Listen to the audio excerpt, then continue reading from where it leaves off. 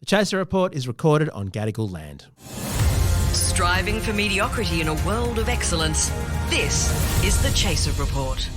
Hello and welcome to the Chaser Report with Dom, without Charles, and once again, live from Melbourne, it is Mr. Andrew Hansen at the microphone. Welcome back, Andrew. Yes, bonjour. Bonjour, messieurs, dames. We are here in Melbourne thinking very, very hard about the Paris Olympics. You and I, Dommy, have been absolutely soaking in Olympic fever, haven't we? Les Jeux Olympiques. Yes, that's the last time I'll try to speak French during this podcast. But no, me too. It is very, very fine, Andrew, to see the eyes of the world pointed at something other than Donald Trump. Although presumably at some point during the course of the games, Donald Trump will become the biggest story in them because of that's just what he tends to do. But we've done a lot of US politics on the podcast recently. We've been overdosing on it somewhat. So let's talk about sport. And I know that when it comes time to look at matters sporting, there are a few people I know who are more engaged with every moment of the Olympics than you. You have games fever, don't you? Even when the Olympics aren't on, you still have games fever. I cannot get enough of the sports. Me, Dominic Knight. Yes, I'm into sport. I know all about the tickets to the sport and the balls and things like that. Yes, indeed. Look, it's not something I grew up with. Admittedly, my parents are very unsporty, and I've got the same mistake. I always see these guys out of the park, and they've always got a ball with them. There's something about dads. Do you see this, Tommy? Other dads, they will not leave the house without a ball in their hand. That's right. And it never occurs to me to leave the house with a ball in my hand. I mean, I might leave the house with maybe a book of short stories for my kids to enjoy, or I might leave the house perhaps with some wipe clean mathematical exercises for them. Oh, very good. But I never think of taking a bloody ball out to the park. I've never got one. And I curse myself because my kids are going to be as unco as me. This is what my dad did ball. No, that's a real mistake, Andrew. I spent a lot of time playing football as a child. I lived in London for a few years, and you could not survive in that city, at least not if you were me, if you didn't play soccer. So I constantly, every day after school, played soccer, always kicking a ball around, and I still suck. It made absolutely no difference spending all those years attempting to be good at it. It was no good. But look, let's catch up on the news from Paris 2024 thus far after this. Magically, Andrew's audio is now better. Andrew, speak some French for us just to let's hear the local microphone you've got going. Bonjour avec l'audio nouveau. And now, does that sounding a little bit new and fresh and better for you? Yes, Very because impressive. I'm now recording locally in my sexy Melbourne studio, which I set up especially for the Olympics, covering the Olympics live from Melbourne. I'm so impressed that you've managed to put a black skivvy over the microphone too to improve the sound. Well, that's Melburnian and Parisian. So look, a few things have been different about Paris 2024. I'll just run you through a few of them because I know that you may not be entirely across all of the details. The first is... I'm actually across none of them. I'm across none of them. I heard something from my mum that she didn't like Lady Gaga's performance. Right. And that's all I've heard. That's all I know. So what happened? And look, I must confess, I've been overseas on a little trip to a warm weather. So I haven't been, I went up to Singapore for a week with my family. So haven't been paying all that much attention to the games either. But I do know a few things that have gone down. So if you want qualified commentary, go elsewhere. I think we can give unqualified commentary. So the first thing they did, Andrew, was to try and break from the past. They decided to have the opening ceremony in a completely new and different way, unlike every other one so far. And I know you've got a quiz coming up, but I'll ask you, what do you think? What do you think they did to try and make the opening ceremony different from every previous opening ceremony at an Olympics? It made it short. Was it 2 minutes long? Wouldn't that be the innovation everyone was looking forward to? No, just a quick bonjour, and now on with the show. Yeah, the games begin. Let's just light the torch very quickly, and let the games begin. What they did, Andrew, for the first time in Olympic history, I understand, is not only was the opening ceremony not held in the stadium, so the main Olympic stadium where the athletics takes place, and that's usually the focus. It's where the torch relay ends up. All that. No, they did it on the Seine, the mighty River Seine. Yes, I've heard about this. The boats. Yes, I've heard about the Seine. Yes, the boats famously hygienic river. Yes, indeed. They're basically the pissoir of Paris, as it's been known for so long. That's right. So they had all the boats going along on the Seine. And the Chase website reported that the Australian team refused to get on the French boats and instead changed it for an AUKUS nuclear-powered boat going down. But this was the big thing. And it was a little bit grey and rainy. There were some raincoats brought out, but I suppose that's a European summer for you, isn't it? You know, Melbourne, I can see the opening ceremony very similarly happening on the Yarra, which is the pissoir of Melbourne. It's a filthy river, and I reckon we could chuck the athletes on some boats there. Yes, and that's really the thing missing, I think, from the Seine in Paris, is there are so many beautiful historic buildings on either side. There's Notre Dame, the cathedral there. There isn't a casino. There isn't a giant casino spewing forth gas. Good point. It's a bit of an oversight of Paris. I mean, they say that it's a fantastic city, but it doesn't have Crown Casino, does it? It doesn't. No, very you can't sit on the Seine and play the poker and play Queen of the Nile or Queen of the Seine. That's right. They could rename it. Of any river. That's right. It'd be fair to say that the opening ceremony didn't go without problems, and it wasn't just the rain. It's not every Olympics, Andrew, that the organisers apologise for the opening ceremony. They said they were really, really sorry. There were a few mishaps. One of the major ones was the fact that when they introduced South Korea, they said, "Here is North Korea." Well, at least there are no cultural differences that could be worried about there. I mean, they're really the same, aren't they? I mean, nobody would have noticed. I reckon South Koreans would very much identify with their neighbours, their lovely, friendly neighbours in the north, and I can't see that would be much of a problem. Of course not. No, they're almost indistinguishable, the two countries, except for the slight matter of their political system. Now, this thing went for nearly 4 hours, Andrew, so make sure you catch up on it. But the biggest was Christopher Nolan directing, was he? Good Lord. Yes, it was the first pitch was for a 20-minute long story, but Christopher Nolan decided that the time should shift. In fact, it's very Nolan-esque. He loves playing with time. Tenet, did you see Tenet? The one which goes back sort of backwards and forwards at the same time, and then there's Incognito, whatever it's called, the one with Memento, where Look, the guy can't remember. I've seen Memento, Tenet. My lifespan is not long enough to watch all of Christopher Nolan's movies. No. He's the only filmmaker whose movies add up to more than the duration of an average human lifetime when you watch them back to back. So I haven't been able to fit them all in. So it's 4 hours long, I believe. But with the Nolan influence, I think actually as you're watching it, it's like in the movie Interstellar that Christopher Nolan did, another time one. They go to a planet where an hour of time passes, but you've actually lived for 40 years. I think anyone who watched it had that experience by the end. But have you heard of all the fuss over by the attempt to convey Dionysus, the Greek god of wine and pleasure? This didn't go down well at all.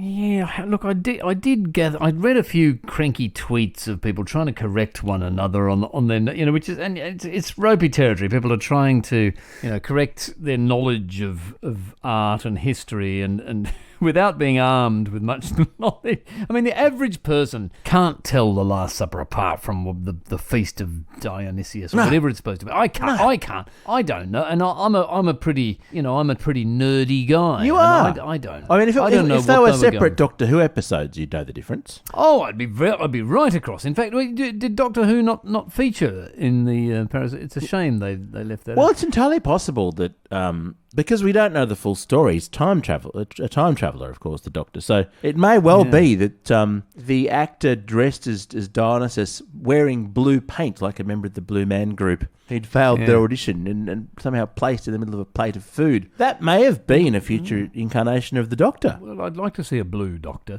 He's wearing blue paint. I'm surprised people didn't mistake him for a Smurf. That's because it's very Smurf-esque. Sort of frail Belgian. Yeah. I mean, it's as close as South and North Korea, really, isn't it? Absolutely. So same difference. And no, but people have been offended that it was supposed to look like they thought it was an attempt to insult the Last Supper. And I must say, from the sense that I get, Andrew, is that insulting the Last Supper would have been a far more interesting and kind of specific parody rather than a sort of 4-hour-long amateur theatre performance, which is what the opening ceremony otherwise looked like. They were trying to celebrate tolerance of different sexual and gender identities, it says here, and they wanted to do that by having a blue dude in the middle of a plate of food, which I must say, that's very sexy for me. That's what gets my motor started. Preference. That is a sexual preference right there. Absolutely.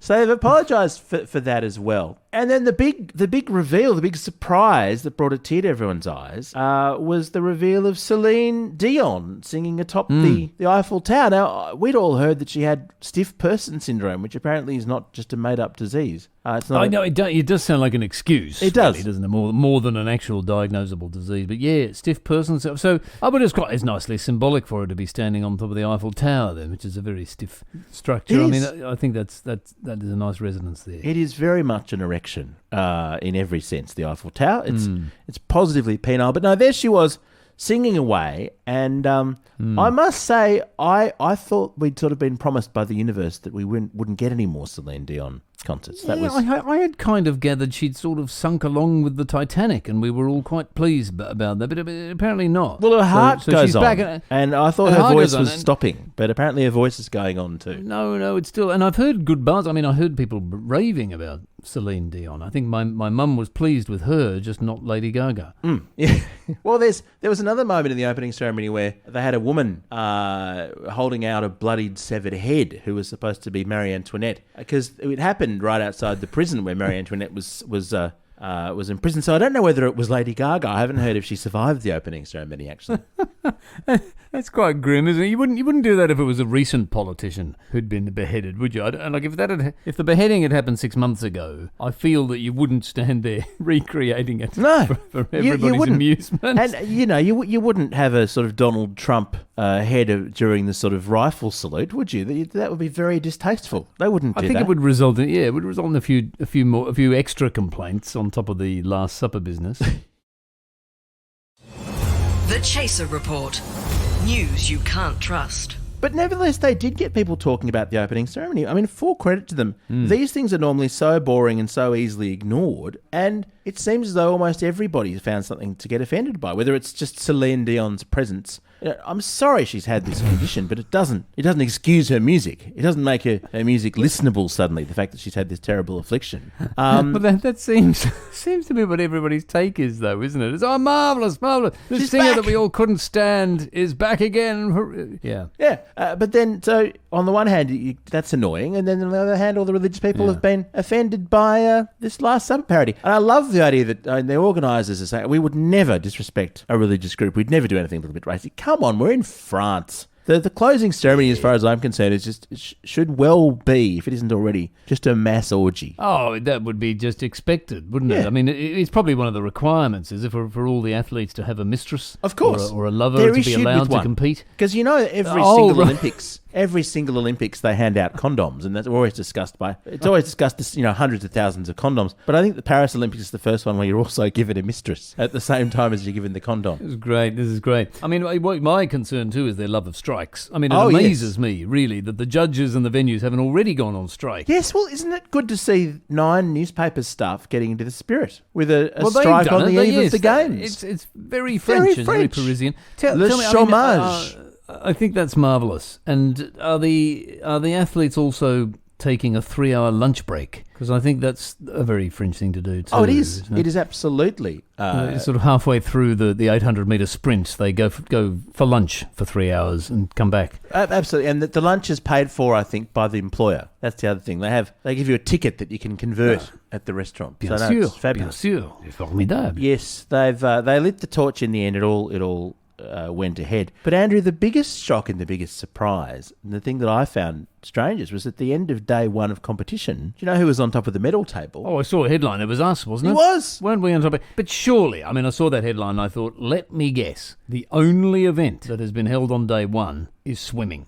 Am I right? Is that why? It was the overwhelming reason. I think there might have been also a canoeing gold or some other. There was some cycling gold. Another watery thing. Yes, and a cycling. Of course, we were ahead. I mean, it's the one thing that Australians can do is swim, because we have to swim away from so many hideous bloody animals. Yes, we have to swim away from crocodiles, box jellyfish. Of course, we're good swimmers. That's right. It was Grace Brown, actually the cyclist, the women's road time trial. But I mean, cycling in dangerous conditions and extreme cycling. We have no sensible cycleways in Australia. Any Australian cyclist's going to go pretty well. Well, yeah, no, that's right. They've built those sort of 2 centimetre wide bike lanes through some of our cities. Yeah, it's been And very that's good. what we have to practice on those. We've got the hardest conditions in the world. Absolutely. So, look, well done to her, well done to the Aussies. I figured they should have just stopped the Olympics after day one. Well, that would be my preference too. We could all move on. And Well, the closing stop having ceremony. to think about That's it. never been done. Having the closing ceremony beginning right after the opening ceremony. Yeah,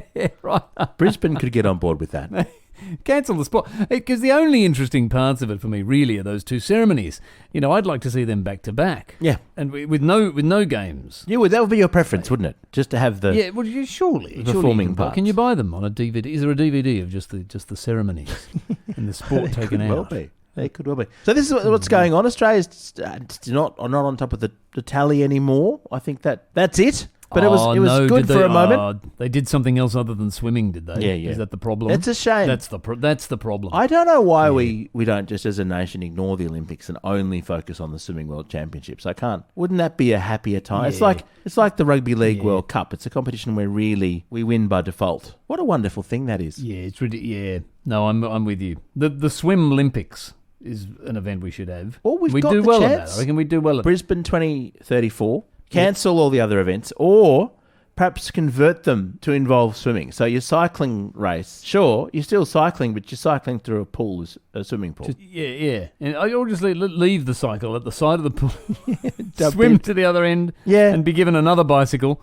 That's right. The 100-metre sprint could involve floaties. I think just swimming. Yep. Yes. Do it in a pool. I'd like to. The tennis. The tennis would be very in a pool. In a pool, we do much better with that. A lot of these... The boxing. Well, it would be much more entertaining. I'd much rather watch judo in a pool or boxing in a pool than not in a pool. Underwater judo would be superb. Beach volleyball? The Aussies. Well, we'd kill it. Yeah. The Aussies would absolutely kill it. I think it would be brilliant. Yes. So that's a tip for the Brisbane Olympics. But, I mean, the last thing to mention, Andrew, we'll do your quiz about the past Olympics tomorrow, if you'd be so kind as to... Yes, I think we should.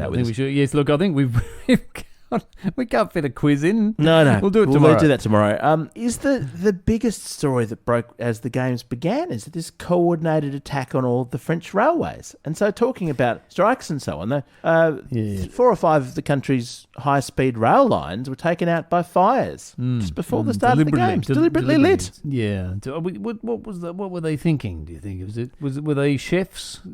France is very keen on cooking. Were they sort of, flambeing experiments? Or doing a progressive degustation where you had to go around each of the major rail stations. Isn't it? Oops. Well, I don't know. I didn't read the details, but I did notice the story about that. Or was it something to do with the torch relay? Did that go hideously wrong?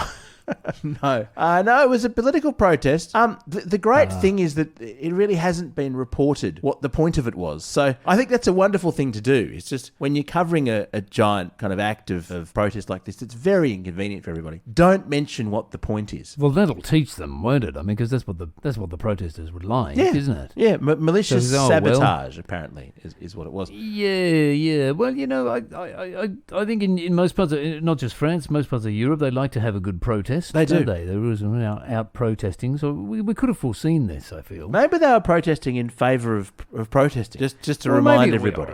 Might have been protesting against the presence of Celine Dion. They might have heard that she was about to open her mouth and sing. Oh, goodness. Well, now, one last question for you, Dommy, though. Speaking of the news, what on earth was Snoop Dogg doing as part of the torch relay? I saw news stories saying that he was there carrying the torch. Are you across this? I knew he was going there. There was talk of him being in the commentary team, I think, at one point. I'm not sure about that, but he was actually taking.